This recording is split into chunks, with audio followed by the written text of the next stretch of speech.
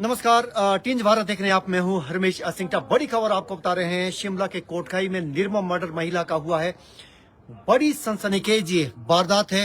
हालांकि पुलिस ने आरोपी को गिरफ्तार कर लिया है। चंद घंटों के भीतर पुलिस का यह दावा है कि पूरी की पूरी गुत्थी सुलझा दी है, लेकिन महिला की लाश यानी शव सड़ता रहा 3 दिनों तक। किसी को भनक नहीं लगी। जब बदबू आई तब स्थानीय व्यक्ति ने एक बागवान को सूचित किया और फिर बागवान ने पुलिस को सूचना दी और फिर पता चला कि एक महिला का निर्मम मर्डर हुआ है। हमारे जो सूत्र बता रहे हैं, पुलिस सूत्रों के मुताबिक इसमें जो ये खोदने के काम आती झब्बल जिसको कहा जाता है, उसका प्रयोग हुआ है।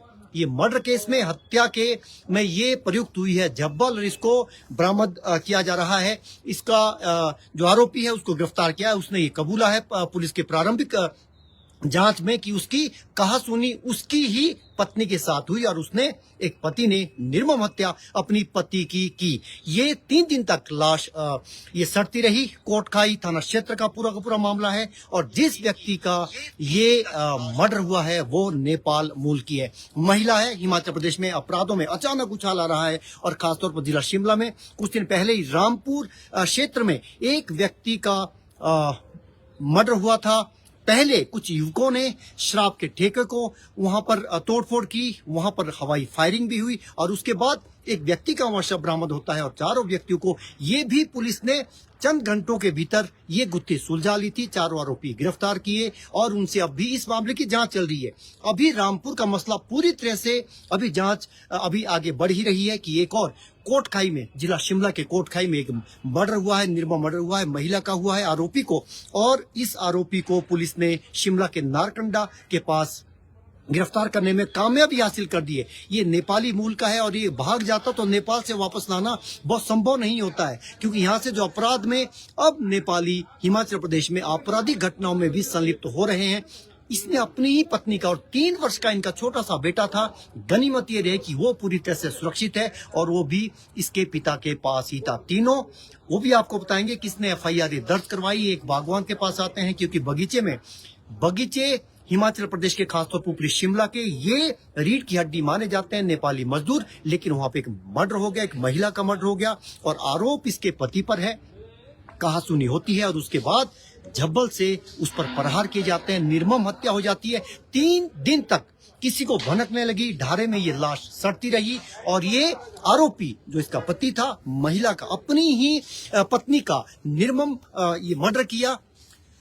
खून से सन गए इसके हाथ, कत्ल कर दिया अपनी ही जीवन संगिनी का साथी, जो जीवन साथी कही जा सकती है, उसका ही इसने मर्डर कर दिया। इसका नाम रमेश बताया जा रहा है, नेपाल का रहने वाला है, जो कोटखाई क्षेत्र में एक बगीचे में ये काम करता था। कुछ समय पहले ही आया था। वो भी हम आपको पूरी की पूरी कहानी बताएंगे। लेकिन बड़ी खबर आपको बता रहे हैं कि हिमाचल प्रदेश में एक और मर्डर हुआ है। लेकिन अच्छी बात यह है कि पुलिस ने आरोपी को गिरफ्तार कर लिया चंद घंटों के भीतर ही। जैसे ही पुलिस को सूचना प्राप्त हुई, कल ये एफआईआर दर्ज हुई है और पुलिस ने तत्काल आरोपी को पकड़ने के लिए पूरा जाल बिछाया। ये नारकंडा में, कोटखाई से नारकंडा पहुंच गया था, लेकिन नारकंडा में पुलिस के बिछाए जाल में ये फंस गया और वहां इसको गिरफ्तार कर लिया गया। उससे पूछताछ की जा रही है, क्यों ये मर्डर हुआ है, क्या वजह थी, क्या इसका मोटिव था, क्या इसका उद्देश्य था, वो एक जांच का विषय है। लेकिन बड़ी खबर आपको बता रहे हैं कि ये 3 दिन पहले की ये वारदात है। बदबू आती है शव से और किसी को भनक तक नहीं लगती है। 3 दिन तक जब बदबू आती है तब किसी व्यक्ति ने, बागवान जिसके पास ये काम करते थे, उसको इसकी इत्तला दी, इसकी सूचना दी और तत्काल उन्होंने भी पंचायत प्रतिनिधियों के साथ मिलकर पुलिस को सूचित किया। पुलिस मौके पर आई, मौका वारदात का जायजा लिया और फिर इस नतीजे पर पुलिस पहुंची कि इस महिला का मर्डर हुआ है। इसका पोस्टमार्टम करवाया जा रहा है और आरोपी को, बड़ी बात यह है कि आरोपी को गिरफ्तार कर लिया। तो ये बड़ी खबर आपको बता रहे हैं कि जिला शिमला में एक और मर्डर हुआ है। ये हम इसकी मर्डर की पूरी कहानी आपको बता रहे हैं। ये मर्डर, अब पहले जो मामले 302 में दर्ज होते थे हत्या के, क्योंकि अब कानून बदल गए हैं, नई धाराओं के तहत मामले दर्ज होते हैं। अब ये 103(1) में और 238 BNS के तहत ये मामला कोटखाई थाने में दर्ज हुआ है। और ये लिखित शिकायत, जो शिकायत करता है वो राजेंद्र सिंह कराड़ है और ये खनेटी के रहने वाले हैं। इनकी उम्र 61 वर्ष है। इनका ये कहना है कि ये इनका एक सेब का बगीचा है 50 मीटर की दूरी पर घर से, और वहां पर इन्होंने जो मजदूर होते हैं उनके लिए अमूमन ढारे का निर्माण बगीचे में ही होता है। वैसे ही इनके एक भाई का भी एक बगीचा है, उसमें भी उन्होंने एक ढारे का निर्माण किया है, ताकि वहां नेपाली अक्सर आते हैं और जाते भी रहते हैं।